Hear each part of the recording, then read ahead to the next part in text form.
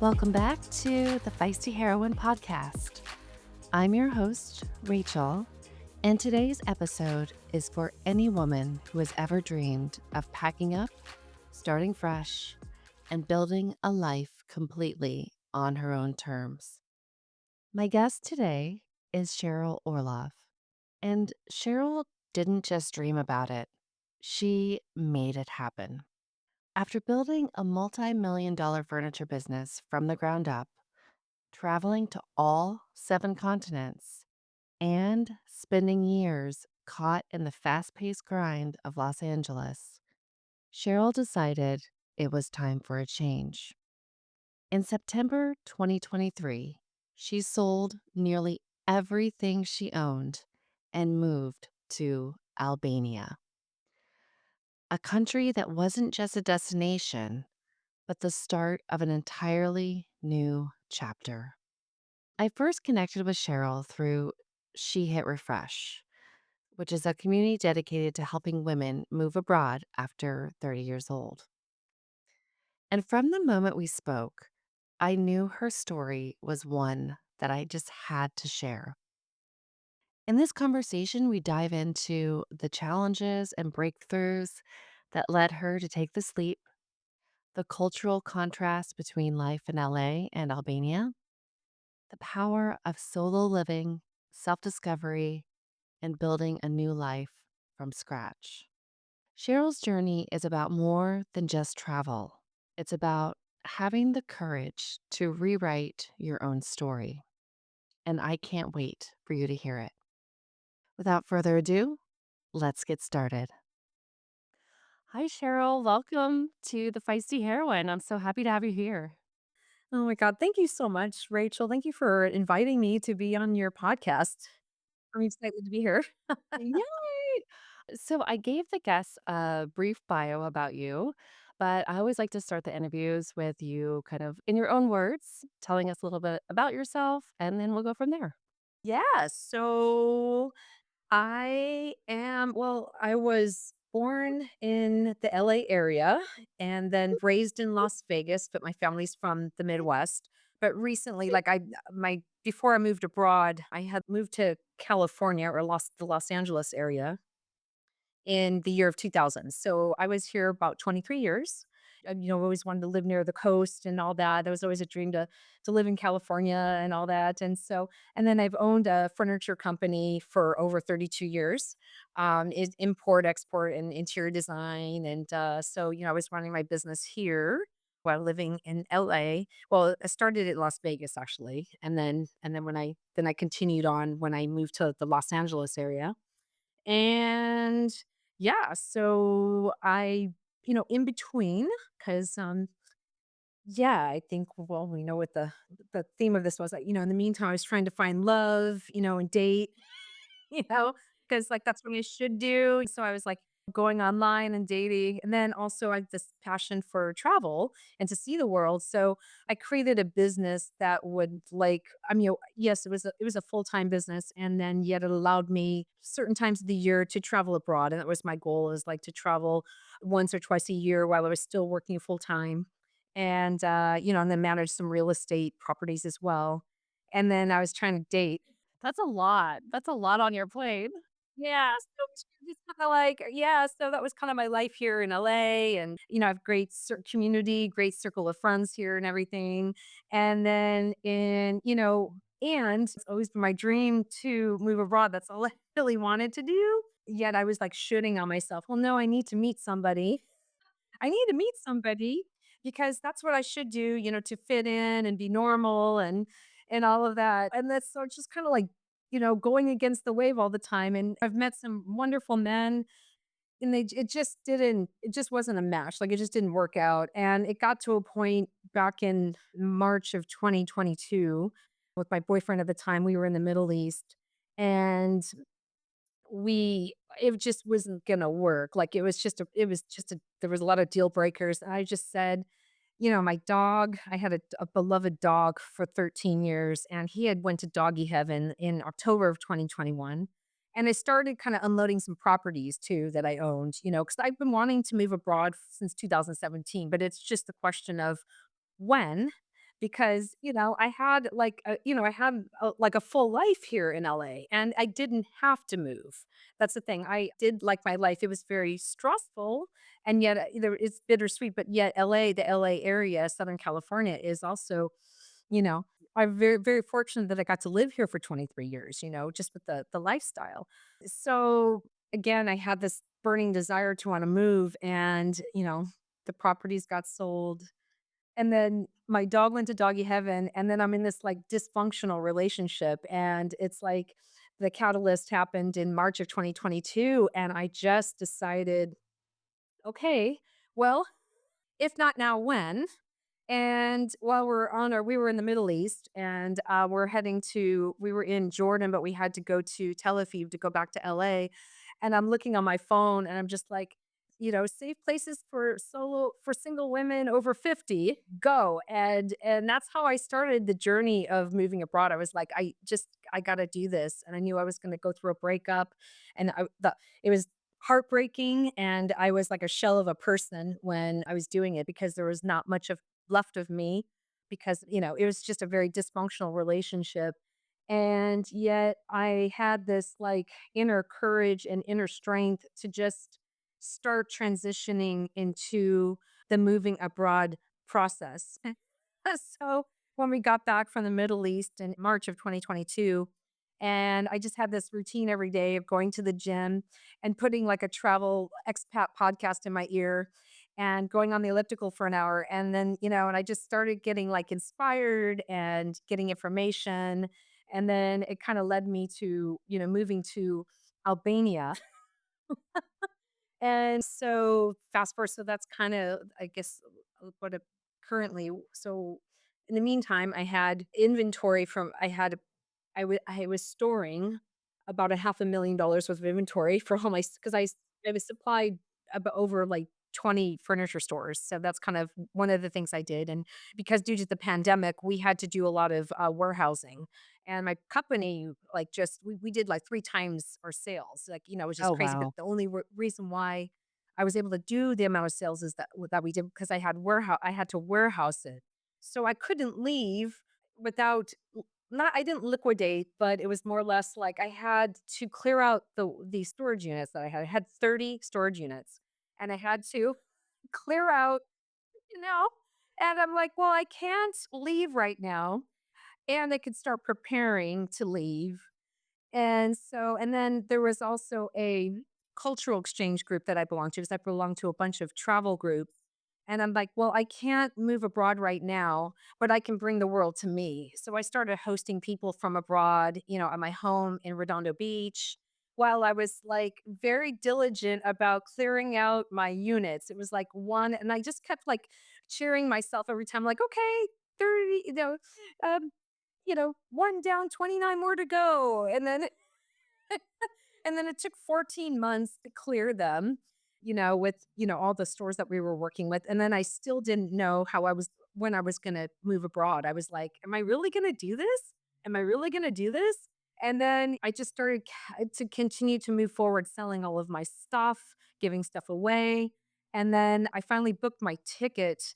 And that was the most important thing was like booking the ticket because if I didn't book the ticket, I kept kicking the can down the alleyway.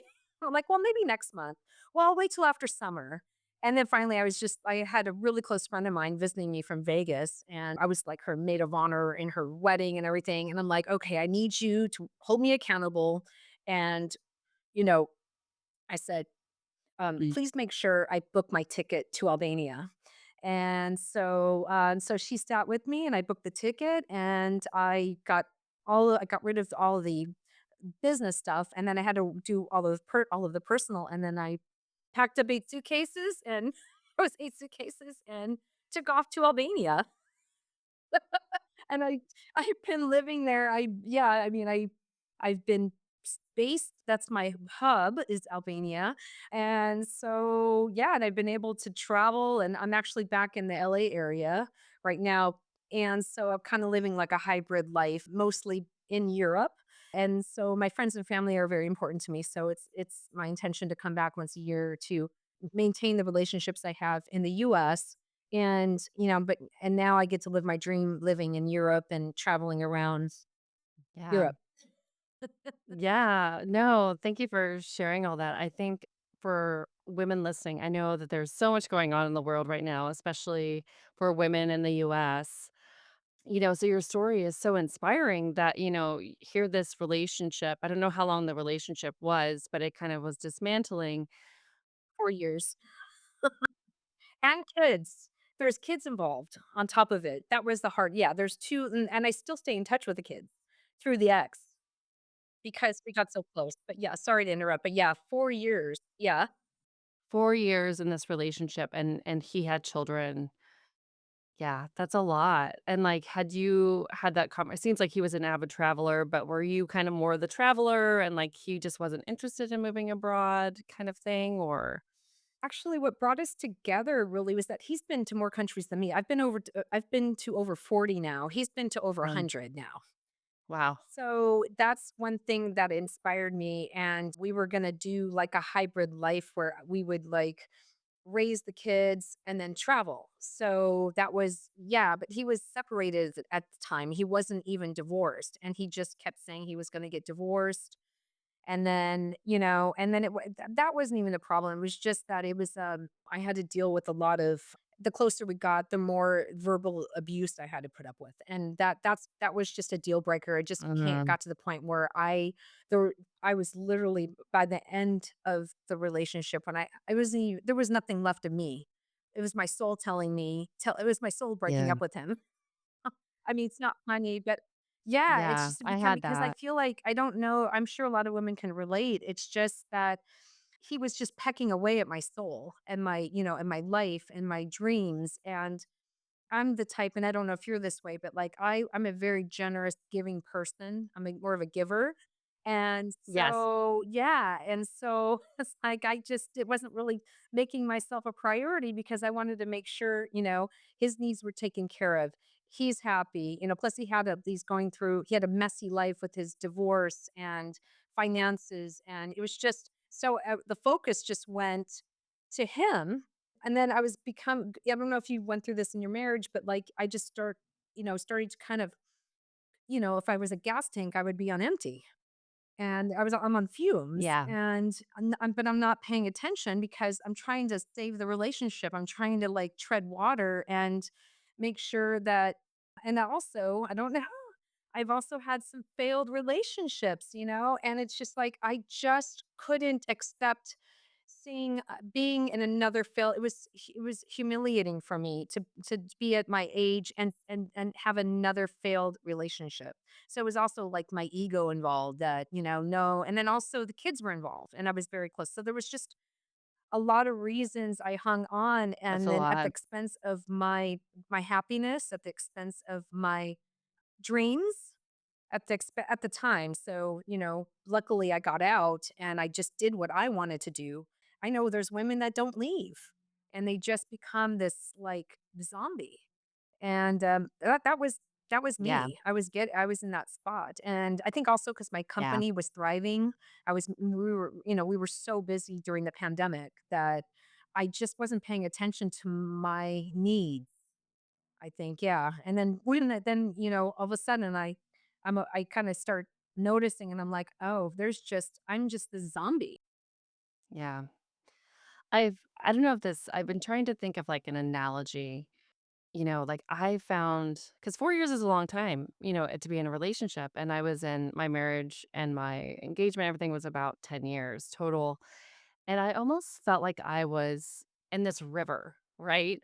And we hadn't had children yet, and but I just felt like I was just getting swept along. I've heard other people call it, like, a relationship escalator, different things, but I just felt like I was, like, in this, like, swift river and, I just kind of grabbed on in New York, I started seeing, like or waking up in a way and seeing women not having children and getting married, and it was almost like my rock that I, like, hung on to, like, catch my bearings and my breath, and then, it's yeah, because I realized I was doing all the emotional labor, in the relationship. It was like I was taking us to counseling. It was one of those things where it's like, okay, this isn't working. And then he wanted to move abroad. I had already moved twice for his job. I was like, okay, I keep having to start over. And then, it just wasn't, I wasn't living my life. And it's like, I feel so lucky, that I woke up, and it sounds like, this, what I talk about in this podcast is kind of like your heroine moment. And that's kind of one of my heroine moments. I think we have a lot of them, but it sounds like you in the Middle East, you just kind of had this like, not an awakening, but kind of like this, like, okay, this is not going to be my life. That was my heroine moment. I was just like, Yeah. "If not now, when?" That was it. I was like, "I'm done." I feel like I've like Moses parted the waves for me, the Yep. sea, and it's like I was also it was in March of 2022, so I was turning 52, and it's been my dream. Yeah. In fact, yeah, it was March of I turned 52, so it was like, well, when? Like, again, kicking the can down the alley, when? And another thought, just based on what you just said too, I'm thinking, I just know for myself, I think women just drop everything. That used to be me. I used to drop everything because I'm supposed to make the man Yeah. and the relationship the priority, because I just felt like that was my role as a woman. And Yeah. thank God for my mother. I think that helped a lot when I was in my 20s and I was going to college. She used to just say that she didn't have a very good relationship with my dad. And she just used to always say, don't, just live your life. You have a beautiful life and just be independent. Don't worry about the man. But yeah, but mom. And I just used to think I put my value into my self-worth into whether I'm in a relationship or not, and that was kind of like how I used to value myself. And that's kind of like, I don't know, just it's almost like there's a hierarchy. Like, okay, I need to be doing this, and then what happens is, like, I would just draw in fact, right after I broke up with my boyfriend, I met someone shortly after who was separated, and he was just trying to sweep me off my feet and everything, and I was thinking about dropping and not going to Albania. Like, I was thinking like, "Well, yeah," and I was like and I just had to, "Wait a second." I don't we didn't even know each other that well, but he was just, Oh, again, wow. he was going through a divorce and, he was just like doing the we Well, stuff. Well, we should put this on our list and we should do this and and I'm like, and I'm starting to kind of have feelings for this guy I don't even really know. And then really thinking about not living my dream. And it just made me think like how, I don't know if a lot of women can relate, but we just drop everything. thank you for sharing all that, because I think like, and we've met before, and because you were so gracious, and because I'm exploring moving abroad as well. And, so we met through this group for women, moving abroad. And I just listening to you, I can see so much of myself in that. I could like, you're successful, you're smart, you have so many things going for you, right? But I think the narrative of society and what success means is so loud, about checking the boxes, get the home, get the marriage, get the babies, and it's loud, it doesn't. So thank you for being so open and sharing that, because I think a lot of women can relate to this. I really think I think so too, and I did that too. I was like, I'm self-made, so I bought my own house. I bought a house in Vegas, and then in LA, I bought a home because I thought that's what I'm Mm, supposed to do is like have the home, and then obviously living in LA, we drive a little bit nicer. It's like okay, have the nice car, and have yeah. the shiny things, and meet the perfect man, or because you know I'm a woman, so I like men. So it's like like you said, checking off the boxes. And whenever I would go on vacation, like I would go away to like, especially when he and we went to Turkey a few months before that. And I think that was kind of my heroine moment as well. Uh-huh. It was like, I don't want all this stuff. I just want to see the world. Because, he had sent me an article on CNN about people later in life. Because, years ago, it was like, people would take a gap year in college to do this. And now it's becoming a trend that people later in life, maybe semi-retired or retired, are doing like like maybe bougie backpackers. I don't know. Oh, okay. I don't I don't know. Because the term of backpacking or backpacker, I'm like, no, I don't want to stay in hostels. And he's like, no, we're kind of backpackers right now because we're staying in a Airbnb and we're like, we're kind of just traveling to different countries. And it was that moment. It was in December of 2021, and I said, I don't. I don't want all my stuff. Like all those things that were sold in Yeah, America that you buy the house and, the American dream, own the house, and your cars have investments. I didn't have a lot. Like I had my home and I had my car and I had some work vehicles and things like that. I'm actually not that materialistic. So I didn't have like a lot of stuff. Yet it's like, but it was like and maybe the thing is like maybe that white picket fence life works for some people. That's their dream. And I think at that moment in when we were in Istanbul, it was like I don't want anything. In fact, I just even like because I love shopping at, Bloomingdale's here and all that. Like, I'll get thrift store stuff. I don't care. I just want to. I just want to travel. Like, I just want to keep going. Like, we were there for 8 days, and I'm like, I just want to do this full time. You know. And so it's just that, yeah, we're just sold, these ideals. I guess yeah, these, this yeah, idea of what success is. And I think personally, I think success is personal.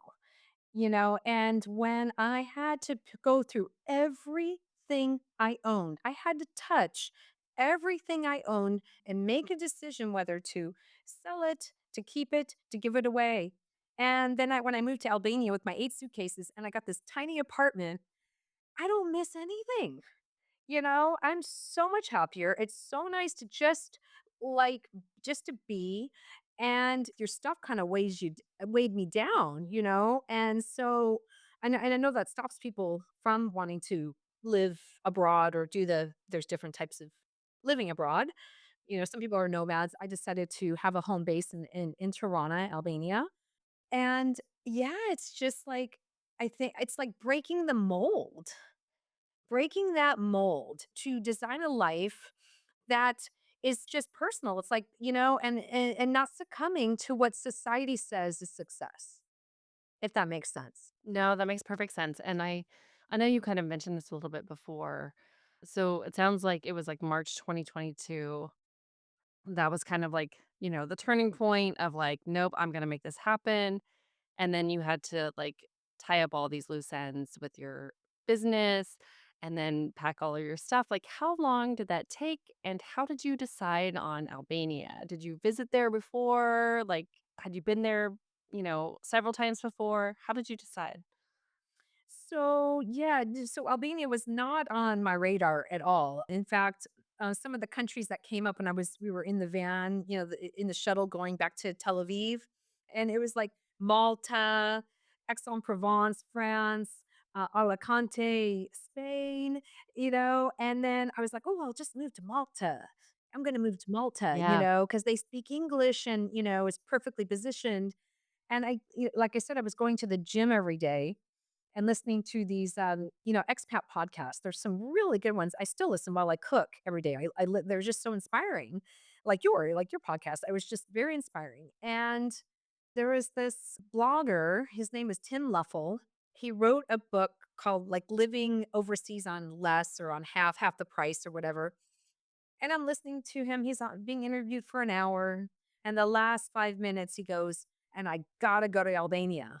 And I was like, "Wow," and I thought, I'm pretty well traveled, and I went, "How come I haven't heard of Albania?" I never thought it's just never been in my radar or anything like that. And then that's when I just did so much digging. I started going on, online. I was watching YouTube videos. I started meeting women online from different groups that live there and doing Zoom interviews, just kind of like what you're doing here. I just, because the thing was, I didn't have to leave. So if I'm going to do a major move, then I better, well, I'm not saying that, okay, I have to be perfect in making the decision. Like if it didn't work out, then I would just go to plan B.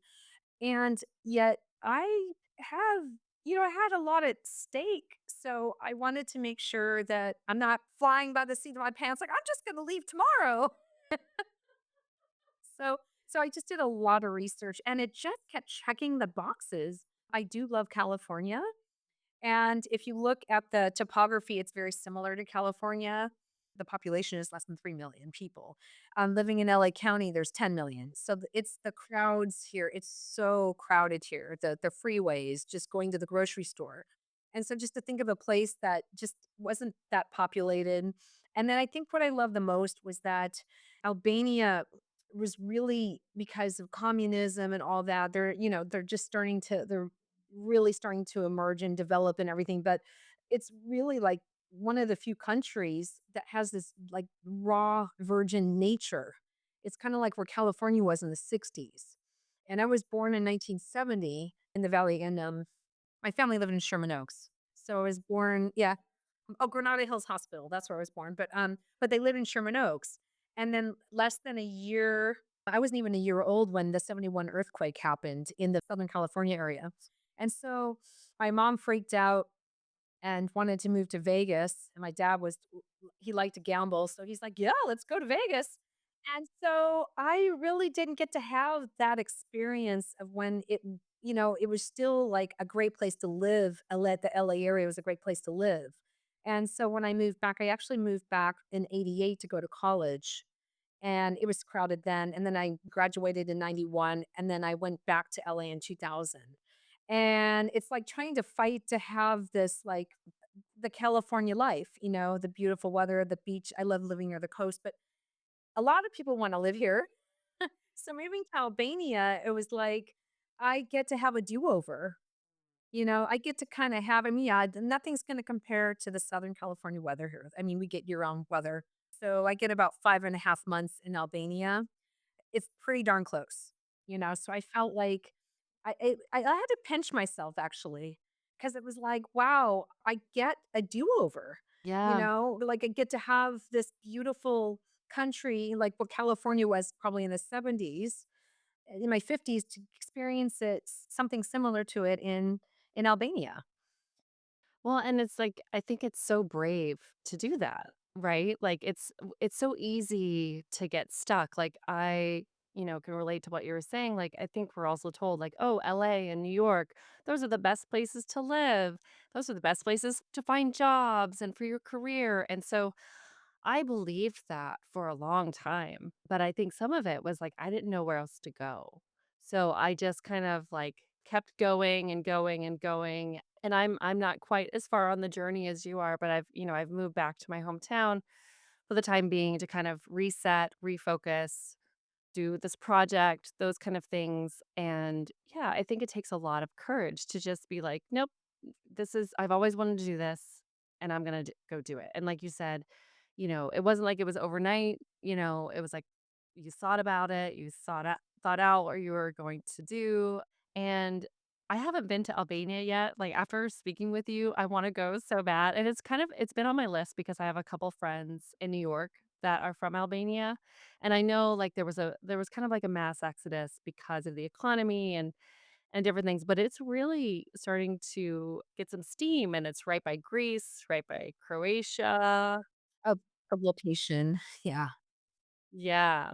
And I think there's still a lot of people that don't know about it, but can you talk a little bit about like the people, the food, like what you love about it? So yes, and you're definitely right. And I'm probably going to butcher this word, but is it dias, diaspora, which is Mm. the Albania. Yes, there's more living outside of Albania than inside, and that's just because they just don't have the opportunities that we have here in the U.S. or probably the UK or in other parts of Europe. And so there is more living outside. So I have to say, like, it's kind of bittersweet because for Americans or maybe people that are from countries that have more opportunities, it's like a haven because I can go there and get to experience and live in this beautiful country with I don't get to the food and the people and all of that. For the Albanians, their salaries are very low, so they may not have the same. They're not in the same position I am. So there's a lot of guilt there. And at the same time, I'm so grateful that yeah, I kind of get the best of both worlds because I get to live in this I mean, it's not perfect there. So I call it there. It's kind of messy too. I call it a beautiful mess because there's still, the communism ended at the end of 91. It's a developing country. They're trying to, there's, I think I don't think they have sea legs, but they're not like on a strong footing yet either. I think a lot of stuff is happening fast before the infrastructure is ready for it. So, but getting to the people that actually live there, even though most people like they have modest means, there's limited, career opportunities there. Yet they're the most I can't say enough, heart-spaced, generous, interesting. They love Americans. That's another thing too. So they love Americans. And so it is, especially with what's going on right now. So yes, it is a plus. And I think, yeah, it's like I've been to so many countries. I have never felt like I belonged the way I feel like I belong there. And their hospitality is unmatched. There's no place in the world that has the hospitality like the Albanian people. They're incredible. So yeah, and I've actually have a lot of I've met so many I have a lot of Albanian friends. They like to hang out, because if you go to I don't know if you've been to like France or Italy, or my friend lives in Paris, and it took her years to have any French friends. Like generally they don't want anything to do with the expats. And from the moment I moved to Tirana, fortunately part of it was that my landlord is just very inclusive, and he was introducing me to people and everything, and they're just so gracious and generous and inclusive. So I've just never experienced that in fact, my landlord has adopted me. So I'm kind of part of the family. And you hear there a lot with other landlords and stuff. It's not just me. It's not like, oh, there's nothing like, oh, I'm special. It's like, no, yeah. So, and then you were asking about the food, and, it's living in Europe. So everything's fresh, the produce, and they were occupied by the Ottomans for over 450 years. They got their independence in like 1912. So there's a lot of Turkish food influence, as well as Italian and Greek. And then there's just the Albanian that kind of encompasses all of that. So yeah, the food is just out of this world. There's a lot of agro-tourism places. There are like these farm to table restaurants and wineries that are all throughout Albania. And the experience is fun, and they make you feel like you're at home. And the food's just delicious. I'm always walking out like so full. It's the food. Yeah. They're like, try this. And you're like, oh, I've already had enough. And they love food too. So it's like they're like foodies. They love good food. It's just kind of part of the culture. And it's also part of like, just connection. It's a way to connect with others. So yeah. I'm so glad you touched on, the fact of like moving to Spain or France. Like, I know Portugal was a really hot topic. I know some people, that bought properties there and like, but, it's like, I don't want to be somewhere where it's like a bunch of Americans. Like, it's like, I don't want to go somewhere where it's going to feel like I didn't leave, and it sounds like Albania has so much culture and the hospitality, like, living in New York, I don't know what it was like for you in LA. It sounds like you had a good network. I had a good network in New York, but, like, my neighbors, it just wasn't a community. It didn't feel like I had a couple neighbors that I really got along with and felt like, "Oh, let's have tea," or whatever, but it wasn't the same because everyone had their, busy schedules and they were chasing this dream, of being in New York, and, like, I was working 2 jobs at the time. But it sounds like Albania, like, it's even though, they don't have the same income as, like, the expats that are living there, it doesn't sound like the focus is about, like, consumerism and purchasing all these things. It sounds like it's about connection, community, and would you say that's correct? Yeah, I say that about Tirana because the thing with Tirana, compared to my friend that lives in Paris, like every week she's like, I'm going to this art museum, I'm going to this exhibit, and all these, 'cause Paris has all these shiny things. And I love going to Paris. I love visiting her there. And Tirana doesn't really, it has some interesting things. There is some good museums. They have a lot of cultural events, and there is things, but we don't have the shininess like other other cities like Rome or Paris or you know what I'm saying? And yet, because you strip that away, we just have each other. It's like this. I call Toronto like it's a place for gathering and connection. So it's a small city, and then there's plenty to do, but it's really like we do things together, like as a community, rather than like go to this exhibit or that exhibit. And yes, there is exhibits and there's concerts, and again they have actually cultural week where each country's represented. They do that for like 6 months out of the year, so there is a lot to do. And my experience has been it's been mostly like doing things together, even, like, my friend, he hosts a game night every Monday night, and, it's so simple, and yet, I've only been there twice in, like, a year and a half, just right before I left for the US, I just went, and it's mostly Albanians that show up, and it's simply just playing cards or new games, and we just have so much fun, and just kinda getting back to your question, it's also I think it's the European lifestyle is just a slower pace. It's not about, like I think I was drowning here, even though I didn't wanna admit it, because everybody's kinda drowning here. Not everybody, but it's like Yeah. with this busy, busy lifestyle. Work, and then some people have families, kids, and then events, and, there's no space. There's no space in the calendar. And what I find in Europe, and specifically Tirana, because that's where I live, is that it's a slower pace. And I can't say all European countries are like this, but Albanians don't make plans. They literally like will hit me up on WhatsApp saying, "Do you want to have coffee now?" And that's normal. In fact, my friend that I met, she moved there 2 weeks before me, and because I just moved, I was like, "Oh, the weekend's coming. I should make some plans." And so I was like, "Hey, do you want to go hiking this weekend?" And she's like, "Just so you know, you're in Albania now. We don't need to plan in advance. You can let me know the morning of if you want to go."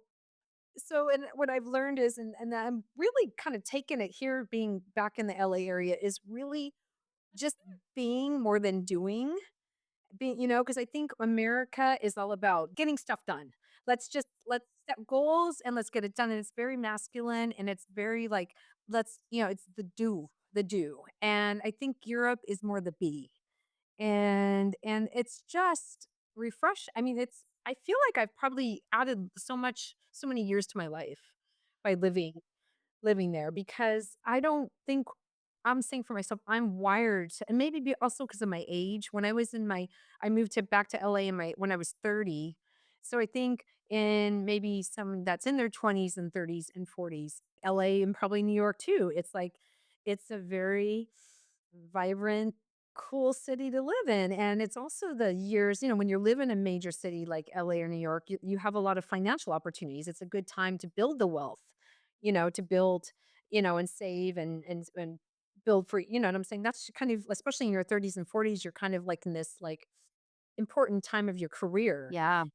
And so I think it's just because everybody else is so busy and doing it's normal to be that way. And then, when I turned 50, and being also because I was working 60 to 80 hour weeks during the pandemic, I think in my soul was telling me this is not normal anymore. Like it was, it's like I don't really have to or want to.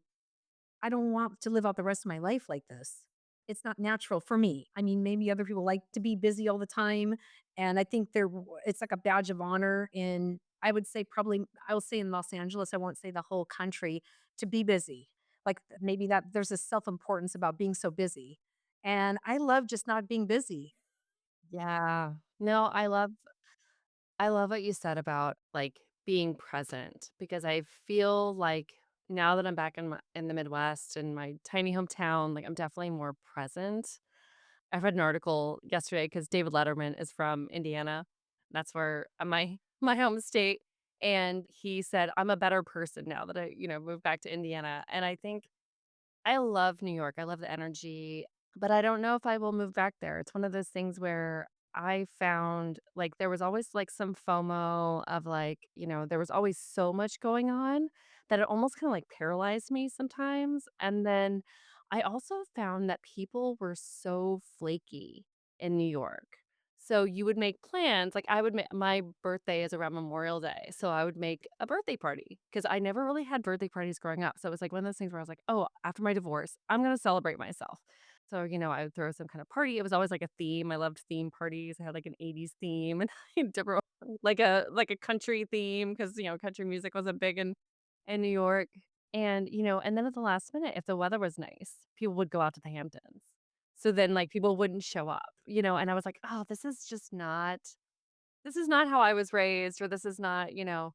But it's interesting when you take yourself out of that and you look back and you're like, "Oh, yeah, like, it's just so easy to get caught up in it, and I know LA is probably a little bit different because, like, maybe it's a little bit slower paced than New York City, but I realize my nervous system is so much different now that I'm out of New York City. I'm like, I'm not stressed out. I'm not, like, constantly, like, just, at a heightened state.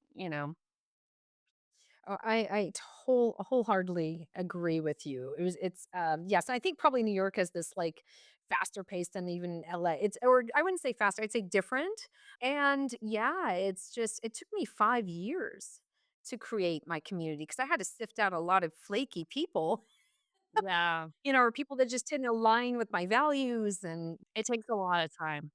yeah, yeah, Mm. and, I can totally relate to that. So, yes, and the thing is, I wanted to say, even with the expats in Toronto and with that's the thing, it took me 5 years to meet some quality people, and right off the cuff, I'm meeting just quality, heart-spaced. Yeah, and I don't wanna like, that's been my experience. I know maybe someone has a different experience, but I'm just saying, like, to just meet quality people off the cuff that yeah, where their words and actions match. So it's like, "Yeah, yeah, yeah, yeah, let's go out," or, "I'll come to your birthday party," and they don't show up. That's not people in Albania at all. Not at all. People, like, if you wanna do a meetup or people really show up. Yeah. Right. Yeah. That's that's awesome. Yeah, and I think it's important. I think a lot of it you have to put yourself out there, and it takes a lot of courage, but it does sound like, they like Americans. It seems like it's pretty easy. I think I've read that Americans can stay for a year without. Yes. Yes, we are the only country that gets that up. So you can literally pack up your suitcases, well, you have to have a passport, you don't need a visa. So, and show up to Albania and stay there for, yeah, you can just get an apartment and that's it. I mean, you can't, I think you can do that in Georgia. They allow a year, and the UK is 6 months. And most of the other, well, especially in the Schengen, or the Schengen zone, which is mostly the EU, you only get 90 days out of 180 days to be, and that's throughout all of the Schengen zone in the EU, because the EU is a little different than Schengen. So I know it's so confusing, but in Albania, you show up, here I am, With your suitcases and your and you just passport. get to you stay there. I mean, that's it's such a privilege. That It's is cool. because I'm not allowed. You can't do that in a lot of places, and so I'm so grateful. I'm so grateful that, yeah. I mean, to the point where I haven't even gotten my resident permit yet because I am not there full time. I'm there maybe 6, 7 months out of the year because I've been going back to the US, mostly the West Coast, for like 3 months at a time, a little over 3 months for different reasons. And then when I'm in Albania, I mean, I'm in Europe, so I travel a lot. I've been to, went last year I went to Scotland, Austria, Slovenia, Hungary, Kosovo, Greece. I mean, I can go down the list, and, because it's like, and then the flights are, I mean, the flights, you can get flights for, like, as low as, like, 15 euros each way. I mean, I don't know. Whoa, Yeah, it's that's so very inexpensive. cheap. It's a lot less expensive than traveling in the US. So, yeah, I can't help myself. And then my goal this year when I get back to Toronto is to spend more time integrating with the community because I love being in Toronto as well. I love the people. So, that's been my biggest challenge, is striking a balance between, going to like places I've always wanted to go to outside of Albania, and being a part of the community. And then also trying to manage my life, maintain the relationships I have here in the West, in the US. So, yeah, it just, that just goes to show you, like, not that I have a small life here, it was like all I knew was like really just LA and Vegas. And then I have some family back east. And then now I'm in Europe and it's just like my world is expanded, literally, like, by moving, like, and I'm just, it's, yeah, I just have this richness that I never had, just being here and, staying in the same place for so, and again, that's just my dream. It's not for everybody. The lifestyle's not for everybody. I mean, I'm not saying I'm happy all the time. I mean, I think I told you when we talked. I mean, there's definitely some faux pas. It's like being a freshman in college, a freshman in high school. I had some bumps in the road. And overall, it's just, like, yeah, because nothing's perfect in life, right? But overall, I mean, I'm just so happy and at peace because, I'm doing what I want to do with my life. Yeah. I think as I'm listening to, there's, I'm sure, so many other things to your story, right? And what the thread that kind of keeps coming through for me is resilience. And like, I think when I name my podcast the Feisty Heroine, I think feisty gets a bad rap, right? But I am like focusing on the resilience and I think so many people, I don't want to say like give up, but in some ways, I think, like, they're like, "Okay, well, this is just the way life is," or, you know, "I can't move abroad now because I didn't when I was younger."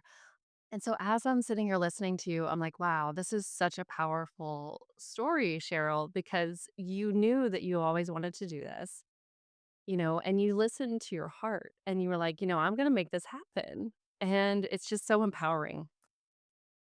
Well, thank you. I just think about my mother, because she really regretted getting married so young. She had all these dreams and aspirations. I mean, she was amazing, a fashion designer.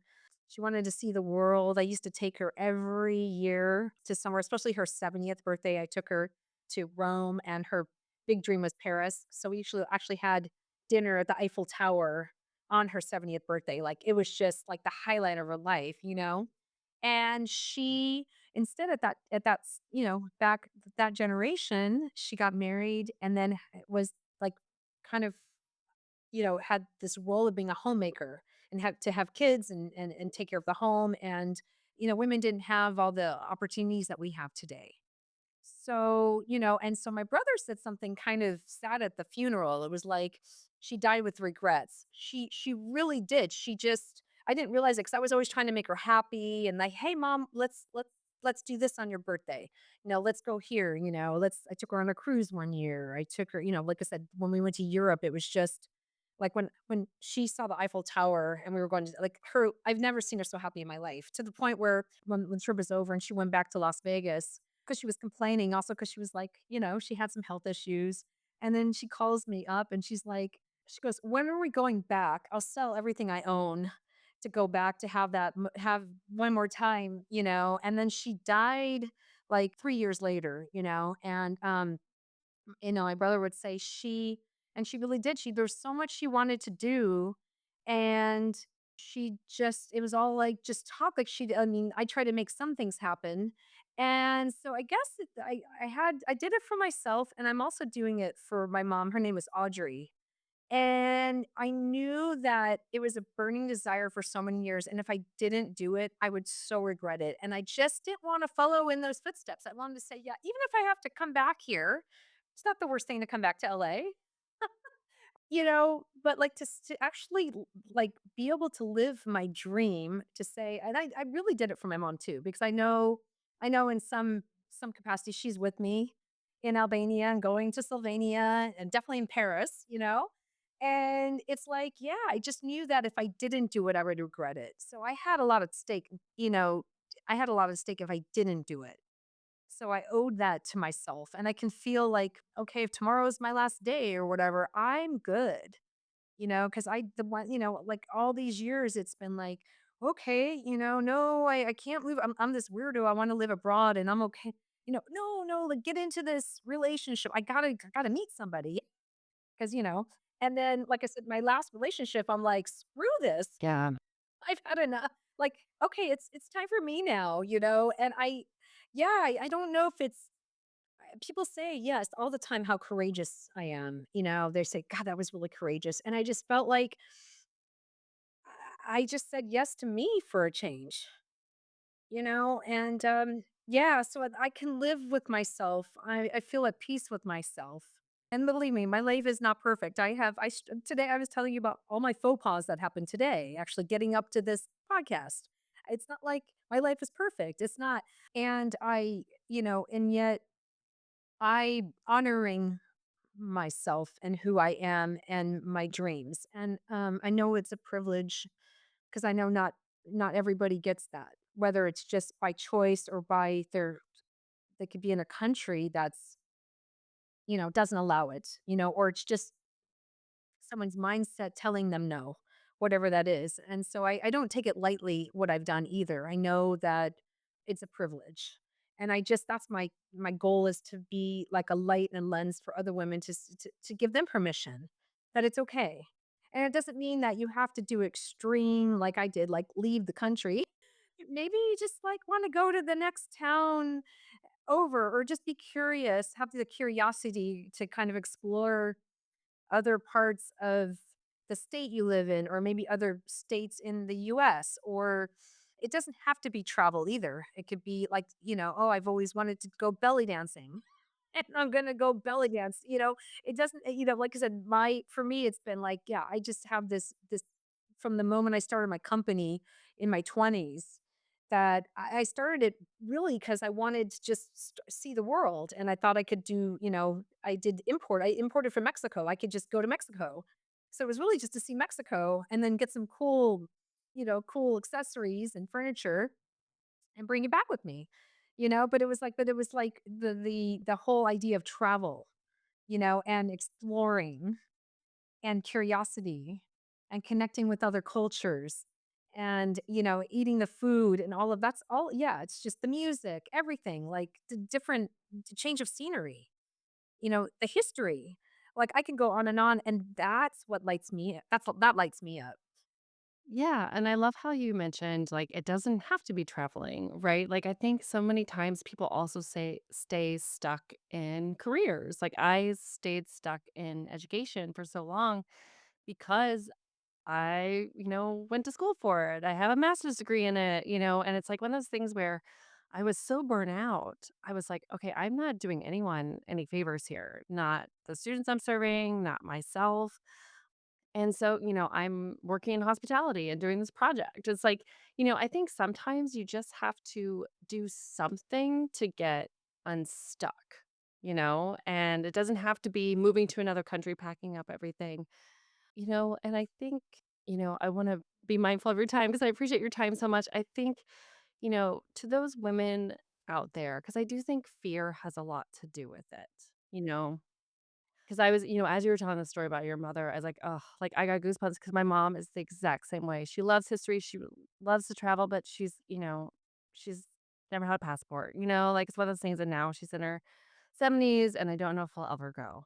And it's like, and one of my favorite books is The Five Regrets of the Dying, because I think like I've tried to live my life like we fear all these things and then half the time it never happens, right? But those things that we'll regret. So, what kind of words of advice do you have for women, if we take a step back when we were in those relationships and we were kind of afraid to break up with them or kind of afraid of the unknown on the single realm? What are some words of advice that you would give to women listening? Because I think that's my goal with this is just to change at least one woman per episode, and how do you get yourself unstuck? How do you make that like first move? God, that's such a good question because I think if you're just your own island, like your own self, it's kind of hard to like motivate yourself. So I would say, I think what's really helped me is to find community. And that would be, like I honestly, I would have not, may have still not moved abroad if I didn't take there was a moving abroad course.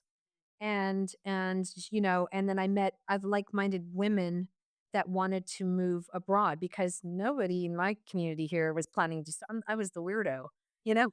Yeah. So Yeah. I think because sometimes we just because it's easy to just talk ourselves. I know it's easy to talk myself out of things. Like I'm so impressed with you that you're hosting this podcast and you are affecting so many lives by just being in action. And like you said, maybe it's slow and it's starting and it's growing and you're in action.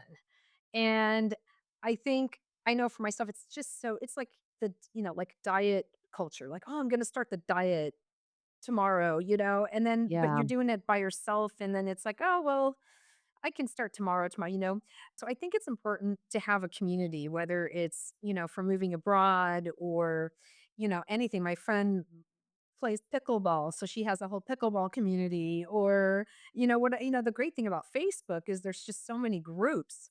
And because I belong, I don't know, probably to I must have like 20 groups I belong to, different types, age groups, cultural exchange groups, whatever. And so that's, I would say, if there's something that, especially if somebody was in my spot where you're just like a shell of a person, I don't know if anyone's listening that, sometimes we just kind of lose our identity.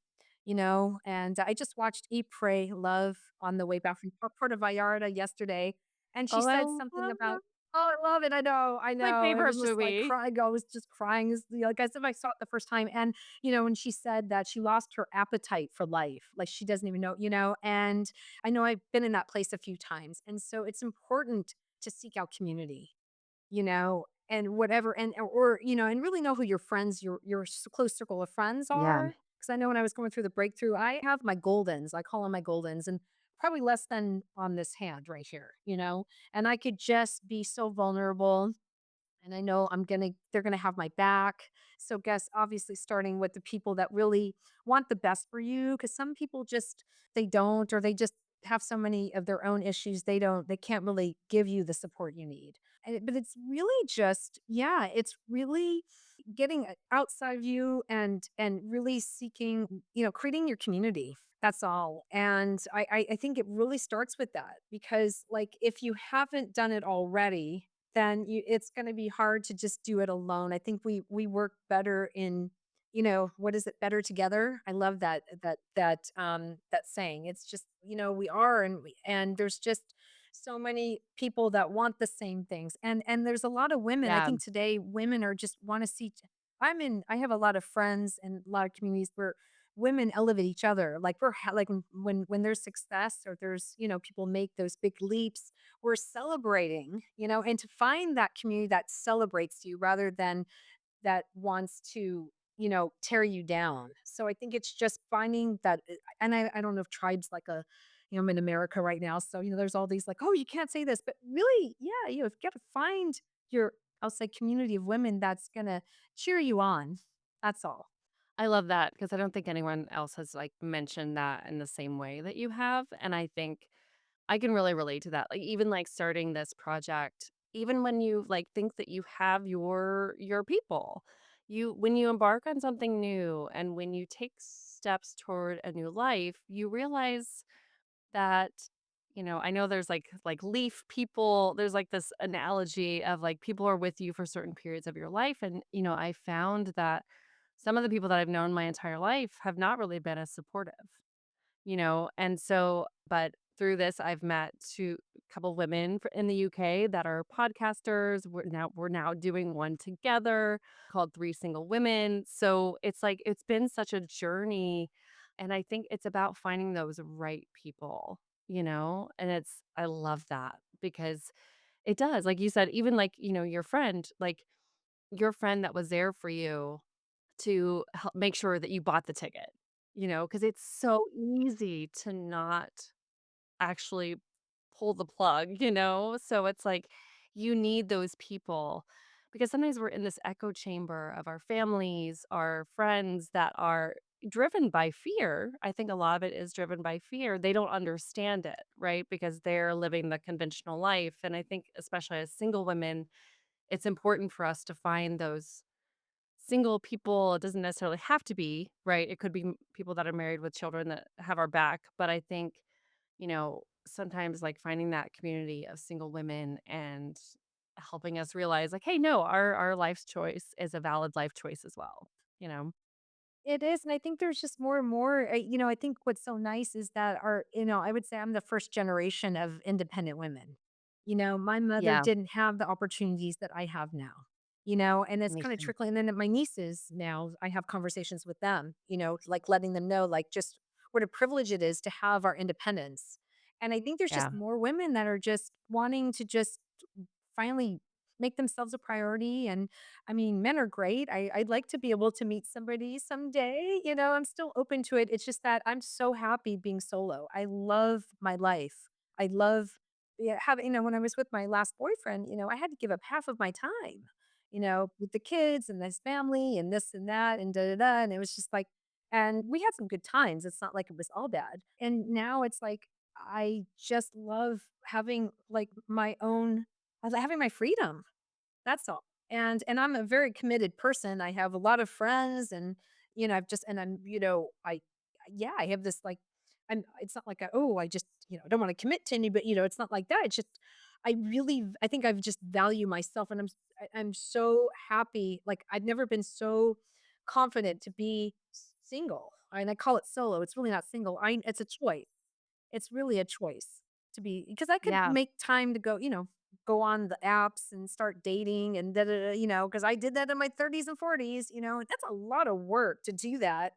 And I'm not, and God bless people that do it, and it's just like I just don't have the interest. It's more or less because I love my life being solo. yeah.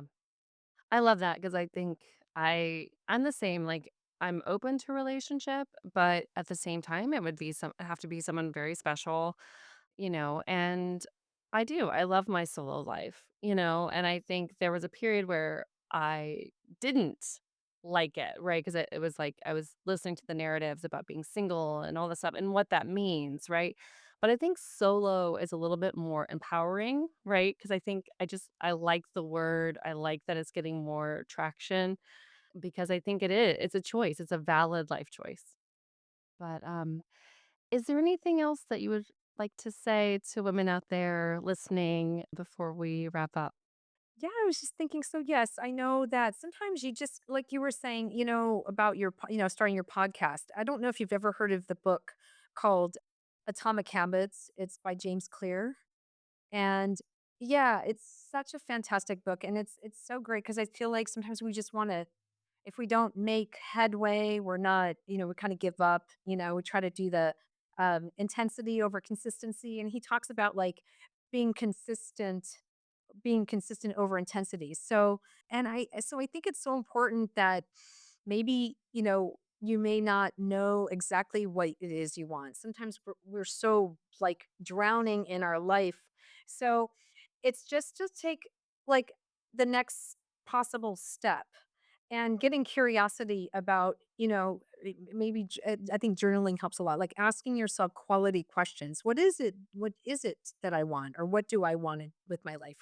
Or what would make me happy? Or like some coming up with the quality questions. And you don't need to transform your life to like be happy. It could just be like that minimal step and to get you, and to keep not giving up on yourself. That's the thing. Whatever it's going to take for you to live a life of passion and purpose and just to really again to have that peace and embrace just embracing who you are and like I said I'm still becoming I don't I'm like learning about myself every day but really just giving yourself a gift to just to find it just to seek out who you are and what you want out of life and go for it. Just go for it. It's like we all get our own life and not to give it away to someone else. Just that each of us matter. We matter and it's easy to just drop everything, and to be in someone else's shadow and it's okay to have dreams and aspirations and to be seen. It's okay. Yeah. And I think what you said there is so powerful. It's like living authentically, but also, you can lose years in those relationships, and when you're not living authentically to yourself, and then you look back and you're like, no, like we only get this one beautiful life. And I think I love this journey that you're on. I look forward to following your journey and keeping in touch with you because it's so inspiring. You just took a step. You didn't know if it was going to work out. You took a step and you tried it.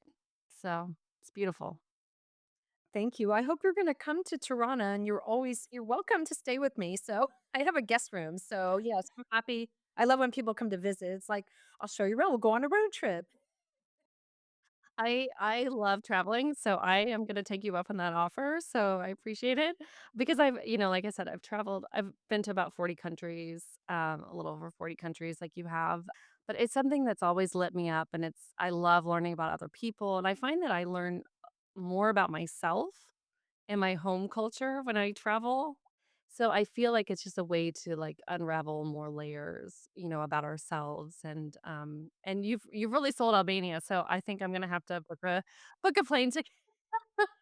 It sounds amazing. And I want to go ahead and wrap up because I know we've been on here for a while, but thank you so much for sharing parts of your story and to all those women out there. I think Cheryl's living proof that you can do anything that you set your mind to, and your entire life you've taken steps, and it doesn't maybe always work out the way you think it will, but you just gotta move, and move in some direction. So Well, exactly, and I think the thing is, I think sometimes we feel like, oh, it's happening to us, like, oh, so we're afraid to take that next step. And I really, even though on even today, I had a really lot of stuff happen. It's no, it's this is happening for me Yeah, because I like that that. just means it's going to get you to the next step. So even if you make the wrong choice, it could be the right choice because it's leading you where you need to go. Yes, Yeah, I love and that.